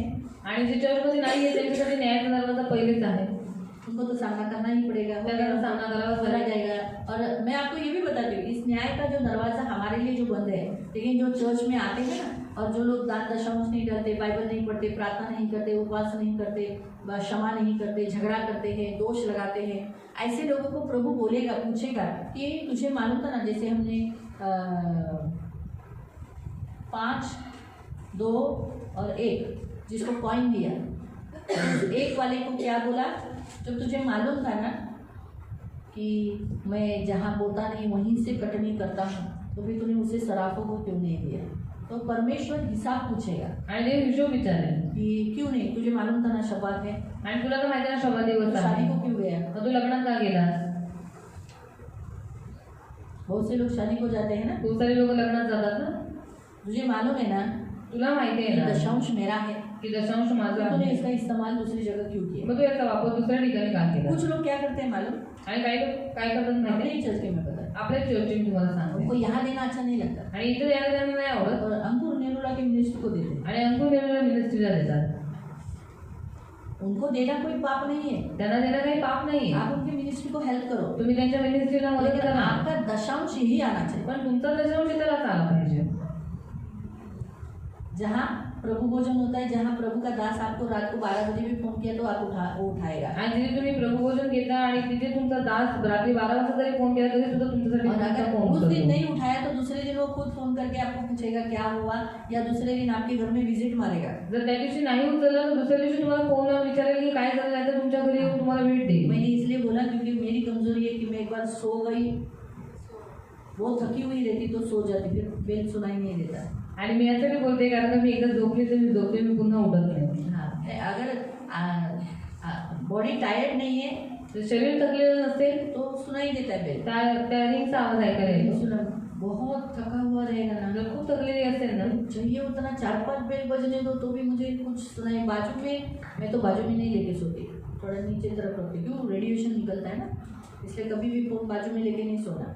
आणि कधीही मोबाईल बाजूला घेऊन नाही झोपायचं. कभी भी अलार्म के लिए या उसके लिए। अलार्मसाठी किंवा कशासाठी. हाँ, हमारे कान के बाजू में लेके सोते हैं ना, आणि कानाच्या बाजूला घेऊन तो ये झोपा. मेरा बिछाना है तो हम इधर लेके सोते हैं, कभी नहीं करना, आणि कधीच असं करू नका. हमेशा दूर रखना। आणि नेहमी लांब ठेवा. उसमें से जो रेडिएशन आता है वो आपके माइंड को खराब करता है, कारण त्याच्यामध्ये जे रेडिएशन येतं तुमच्या मेंदूला, तुमच्या डोक्याला खराब आपके करते. माइंड को खराब करता है और मेंदू की बीमारियां, ब्रेन की बीमारियां मग निकलती हैं। मेंदूचे आजार होतात. हाँ, तो इसलिए दूर रखो, लांब ठेवा. इतना प्यार नहीं करो मोबाइल से। आणि एवढं बाजू मोबाईलला में प्रेम घुसता नका है। करू की त्याला बाजूला झोपवा. चाहिए तो बाइबल रख दो, पाहिजे तर बायबल ठेवा जो अपने पिलो के बाजू में, तुमच्या उशीच्या बाजूला. इतना प्यार बाइबल को करो, आणि एवढं प्रेम बायबलला करा. मोबाइल को बिल्कुल मत करो। पण मोबाईलला बिलकुल करू वो नका. इतना प्यारा नहीं, इतना खूबसूरत नहीं, इतना अच्छा नहीं कि बाबा उसको अपने जान से भी प्यारा बाजू में रखना। आणि इतकं प्रेमळ सुंदर सुद्धा नाहीये की त्याला जीवापेक्षा जास्त कुछ लोग तो रात भर मोबाइल डाटा चालू रखते, काही लोक रात्रभर मोबाईल डाटा चालू और होतात. फिर एक मैसेज आएगा, आणि एक मेसेज आला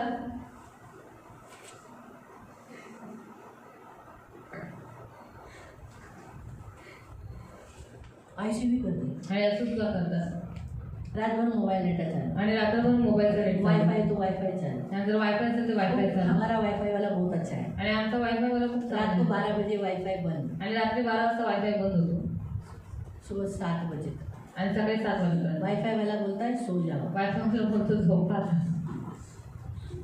तुम 500 दो, 1000 रुपया दो, मैं रात को चालू नहीं रखूंगा, आणि तुम्हाला सो 500 जाओ। द्या नाही तर 1000 द्या, पण मी काय तुम्हाला रात्रभर चालू ठेवणार नाही, म्हणून झोपून घ्या. घ्या झोपा, घ्या झोपा, नींद लो. ॲटलीस्ट 7 घंट्याची झोप तुम्ही घ्या। ॲटलीस्ट 7 घंटे की तो नींद लो. 12 ते 7 वाईफाई नसतो। ते 12 से लेकर 7 बजे तक वायफाय नहीं होता. अच्छा है, हम लोग तो, मैं तो बोला तू खूप छान चांगलं काम केलं मनोज, तू खूप चांगलं काम केलं, और मैंने तो उसको बोला तूने बहुत अच्छा काम किया है ना, क्योंकि अच्छा है ना। अभी हम तो चलो नहीं देखते, लेकिन बहुत सारे लोग तो देखते होंगे ना, आणि आपण तर नाही बघत, पण खूप सारे लोक बघत असतील ना. तो एक बात वो अच्छी है। तो अरे, कहने का ये तो उद्देश्य, समझिए। आज प्रभु हमसे कहता है कि बहुत ही भयंकर और चेतावनी है कि कुछ लोग क्या करते हैं, यहाँ आते हैं लेकिन अपने कलीसिया को प्यार नहीं करते। आणि भयंकर अशी चेतावणी आहे त्या लोकांसाठी, कारण का जी लोक मंडळीमध्ये येतात आणि आपल्या मंडळीला प्रेम नाही करत. आपके हाथ में जो 90% है उसमें से आप अंकुर नेरुला क्लास मिनिस्ट्री को दे सकते आणि तुमच्या हातात जे 90% आहे त्याच्यामधून अंकुर मिनिस्ट्रीला तुम्ही देऊ शकता. हैं, या कोई दूसरी मिनिस्ट्री का वचन आप सुनते हो, सुन सकते हो, आणि कोणा दुसऱ्या मिनिस्ट्रीला जर तुम्हाला मदत करायची असेल तर तुम्ही करू है शकता. ना। अगर आप सिर्फ उनको अंकुर नेरुला को बुलाओ, हेलो अंकुर नेरुला, मैं रात को तकलीफ है, कल मेरे घर में आके प्रेयर करके जाओ, आएंगे वो? अरुण का उसको फ़ोन करके बोलो, हेलो पास्टर जी, मेरे घर में आकर मेरे कल फास्टिंग प्रेयर रखो, आएंगे वो? अगर आप दीदी को बोलो, आपके पास्टर को आते हैं ना, आएंगे भी नहीं। है ना, उनका पर्सनल नंबर रहता ही नहीं है, उनके सेवकों का नंबर रहता है। ये आपको सत्य मालूम है, लेकिन दूसरों को तो नहीं समझता है ना।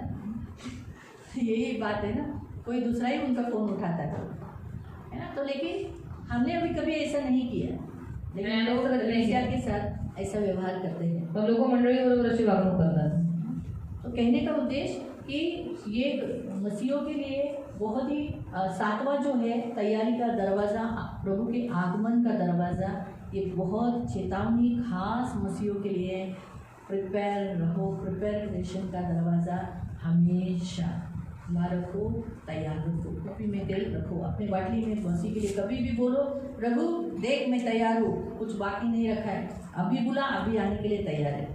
आणि 7वा दरवाजा हा तयारीचा दरवाजा आहे, म्हणून कधीही स्वतःला तयार ठेवा की देवाला म्हणा की देवा तू कधीही मला बोलवलंस तरी मी तुझ्याजवळ यायला तयार आहे. दरवाजे के बाहर कौन है? दरवाजाच्या बाहेर कोण आहे?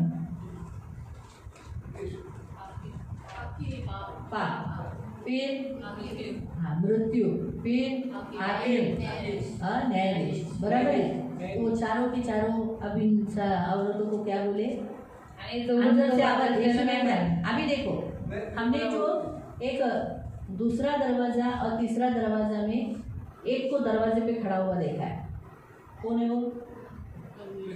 हाँ कौन है वो? रेवलेशन चैप्टर 3 वर्स 20, दोनों दरवाजा तो हाँ, प्रकाशित वाक्य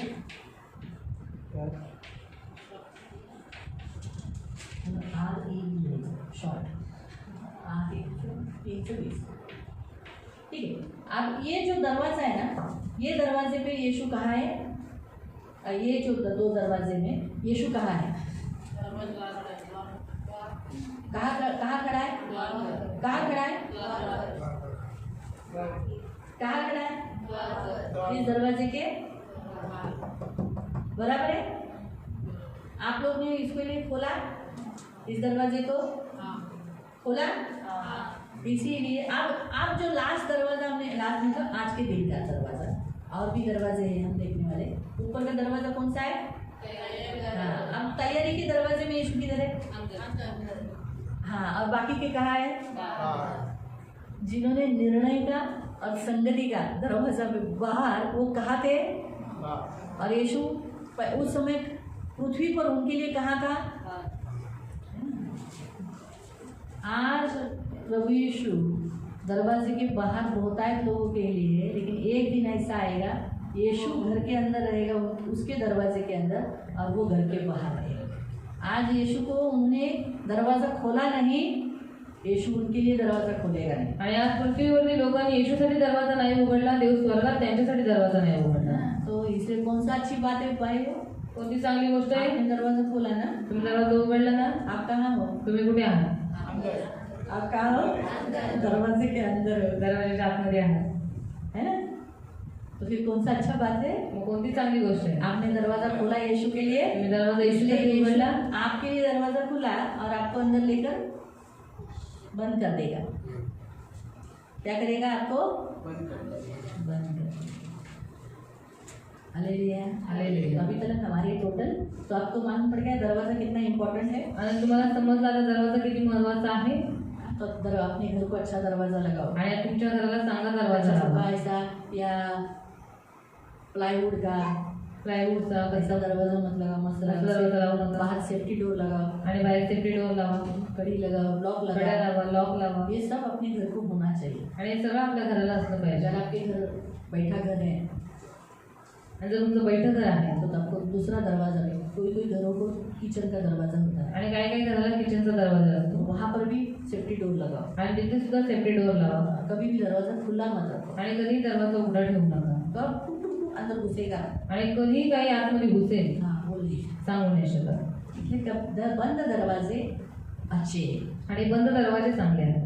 हमेशा खुले दरवाजे अच्छे नहीं होते, आणि बंद बंद दरवाजे चांगले भी नसतात, अच्छे होते हैं। आणि बंद दरवाजे चांगले तो असतात। आज हम अभी हम लोग 2 दिन से बंद दरवाजों के बारे में ही देख रहे हैं। आणि 2 दिवसापासून आपण बंद दरवाजे बघतोय, तो बंद दरवाजे भी बड़े ही अच्छे फायदेमंद होते हैं। आणि बंद दरवाजे पण खूप फायदेशीर तो असतात। इसलिए प्रभु आज आपको कहता है आपके घर में, अभी सेफ्टी के बारे में एक नेचुरल वचन, सिर्फ एक कॉमन वचन ले रही हूँ, मतलब कॉमन आपको एक मसीह का दास होने के नाते सिखाने, आप अपने घर को अच्छी क्वालिटी का दरवाजा लगाना, साफ का लगाना, आणि तुमच्या घराला चांगला Maintain दरवाजा लावा, करना। साफचा दरवाजा लावा, मेंटेन ठेवा, उसको कलर करना। त्याला कलर करा। अभी हर साल में 2 साल में अगर आपने उसको अच्छा कलर वाला लगाया तो 2-3 साल अच्छा चलेगा वो दरवाजा। आणि चांगला कलर जर तुम्ही त्याला लावला तर 2-3 वर्ष अजून चांगले रीतीने चालेल तो दरवाजा।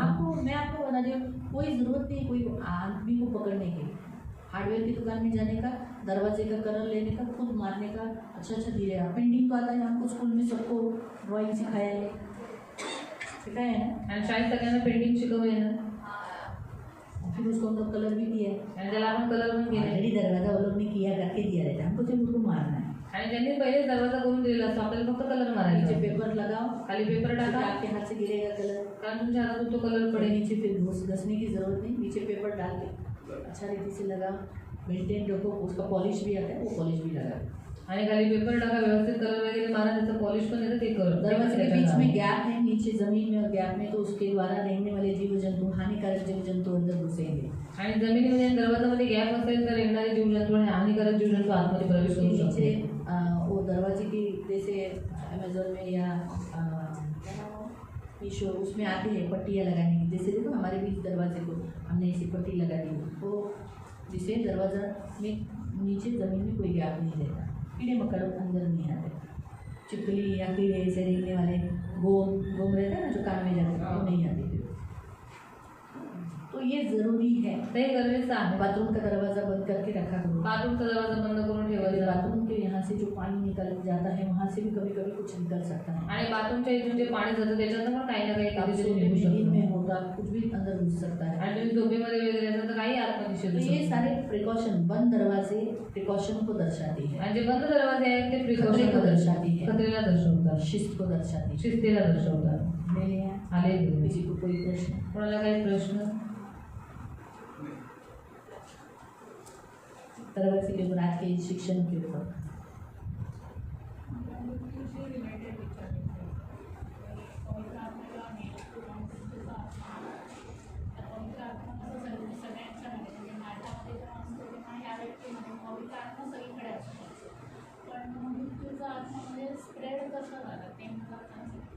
कधी म्हणजे आदामापासून ते स्प्रेड झाला ना, म्हणजे हर एक आदामापासून ते जन्माला आला, त्याच्यामध्ये पण मृत्यूचा आत्मा म्हणजे आला. ते त्याचं फ्लोनुसार तो अधिकार होतो का सगळ्यांमध्ये?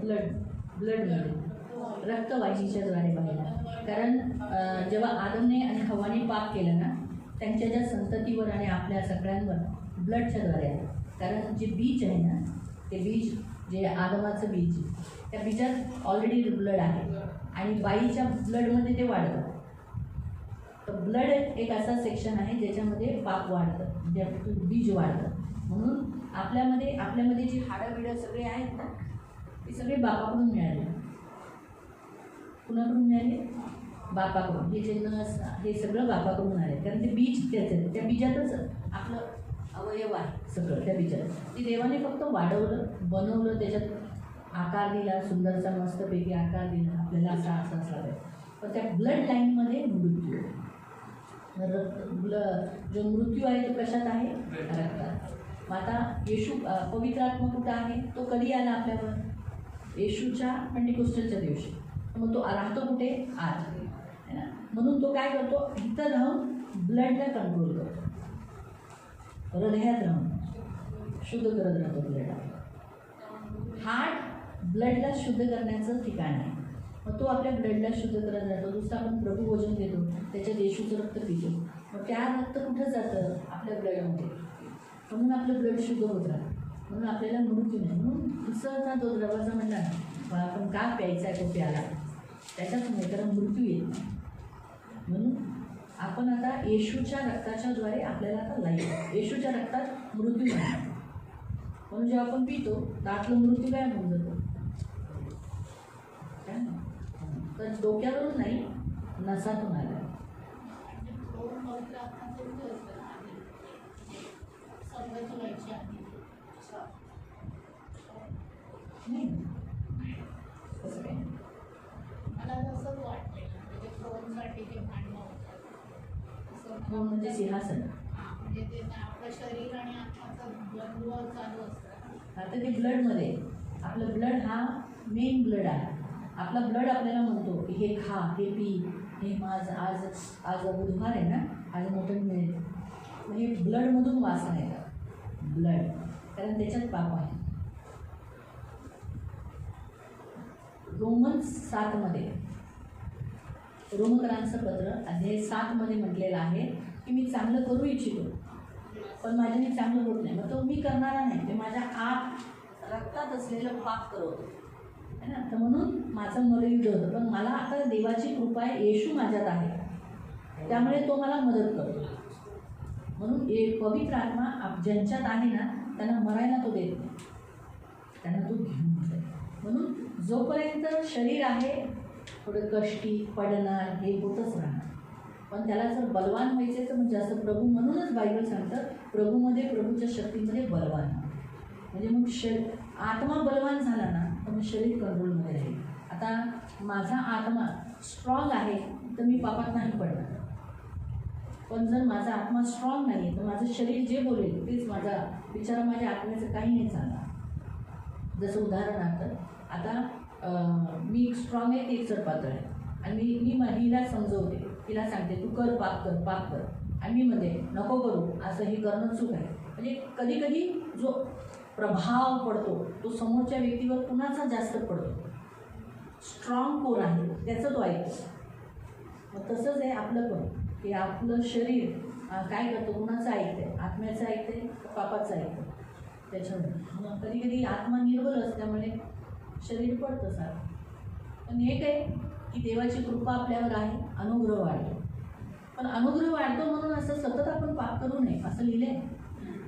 रोमकरांचं पत्र मला वाटतं 6व्या अध्यायात लिहिलेलं आहे कि प्रभु का अनुग्रह मुझ पर बढ़ गया, मैं पाप करता हूँ, अनुग्रह बढ़ जाता है ना, क्यों मैं मरूँ नहीं, क्योंकि मृत्यु जल्दी आ जाएगी, इसलिए मैं पाप पर पाप करता रहूँ क्या? तो वहाँ लिखा है कदापि नहीं।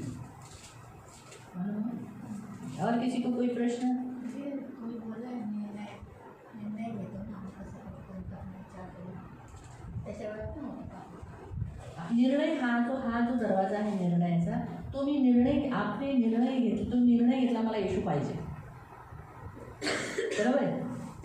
त्याच्यामुळे तुला काय मिळालं? येशू मिळाला. मग त्याच्याद्वारे तू येशूच्या जवळ जाशील. पण जर तुझा निर्णय तू येशूला नाही म्हटला, तर तू तर म्हटलंय, पण बरेच जण म्हणतात आम्हाला येशू नको, मग त्याच्यामुळे स्वर्गाचा दरवाजा बंद नाही. म्हणजे तो शेपट जर तो दरवाजा आहे ना, आपण जो पहिला दुसरं वाटतं ते तो दरवाजा बंद होईल. तो दरवाजा हे जे 2 दरवाजे आहेत ना, हे दोन्ही दरवाजे पहिल्या दरवाज्यावर ठरलेले आहेत. निर्णय येशूसाठी घेतला तर शेपटचा दरवाजा, मेंढपाळाचा दरवाजा उघडा असेल. आणि संगती करणं गरजेचं. येशूशी भले घेतला, मला येशू पाहिजे, मला येशू पाहिजे, येशू तू माझा देव, माझा प्रभू, असं होईल ना. पण चर्चला येत नाही, येशूशी प्रार्थना करत नाही, विश्वासी लोकांना ओळखत नाही, तर मग तो जो निर्णय तो फेल खराब झाला ना. शरीर कधी कधी वाईट निर्णय घ्यायचा नाही, पापाचा निर्णय नाही घ्यायचा. हां, आता हा निर्णय आणि तुमच्या बऱ्याचशा गोष्टीचे जे निर्णय त्याच्यात फरक आहे. हा निर्णयाचा दरवाजा, आणि तुम्ही कधी कधी चुकीचा निर्णय घेता, लाईफ पार्टनर निवडणं, काम निवडणं, हे तो निर्णयाचा दरवाजा वेगळा आहे. ते आपण नंतर जाऊ त्याच्यात. आता हा निर्णयाचा दुसरा दरवाजा, हा मेन ज्याच्याशी येशूशी संबंधित आहे. येशू कुणालाही जबरदस्ती करत नाही की मला तू निवडच. तो म्हणतो बघ ऐकलंच, मी देव आहे, हाय पाहिजे का तुला? मी असं बोलते का? नाही नाही तू घे, आताच घे, असं मी कधी कोणाला करताना बघितलंय? मी काय म्हणते, तुम्ही येशूकडे आला, मी येशूबद्दल सांगते, ऐकता? तर बोला हां, मग आम्ही येशूबद्दल सांगते, येशू हा चांगला देव आहे, येशूकडे या असं म्हणून. मग ते ऐकल्यानंतर मग त्यांना विचारते येशू पाहिजे? मग ते म्हणतात हो. मग जेव्हा ते हो म्हणतात तेव्हा मी त्यांना ग्रहण करत नाही, तर मी करवते का? नाही करत. काही लोक मला म्हणतात मला नको येशू, फक्त प्रेयर करून पाठवा. मग मी प्रेयर करून पाठवते, पुढं मी नाही काय करत, कारण त्यांना नको आहे. आपण जबरदस्ती करून काय फायद्याचं? आणि मी तुम्हाला बऱ्याच वेळेला सांगितलं आहे, जेव्हा लोक कंटाळतात ना, तुम्ही जर तुमच्या घरच्यांना, तुमच्या लोकांना सततच येशूबद्दल बोलतात आणि त्या लोकांना आता आवडत नाही, तेव्हा जर आली आता बाई येतात नको आपल्याला जबरदस्ती करू, मग बिलकुल त्यांना काही करू नका. ते असे तरसले पाहिजे, तुझ्या येशूकडे प्रार्थना कर. आपण सारखं त्यांना असं बोलून अरे नाही तुला नको ना येशू, तुला जे करायचं त्याच्यावर तू जा. आपण त्यांना काय करतो, नोहाची इच्छा काय होती ते मरू नये म्हणून आपण सतत नोहाने दरवाजा उघडा ठेवला. यही हुआ ना नोहा से, आखिर में परमेश्वर ने क्या बोला, दरवाजा बंद किया. तो हम बारंबार किसी को नहीं बोले, जिसको नहीं चाहिए ना यीशु, उसकी बार बार उसको यीशु मत डालो. और कोई सुनता नहीं है ना, उसको तो बताना ही नहीं. जब तेरे सुनने पे तेरे को जो चाहिए, चाहे तेरे को नरक जाना है जा, मेरा काम मैंने किया बताने का.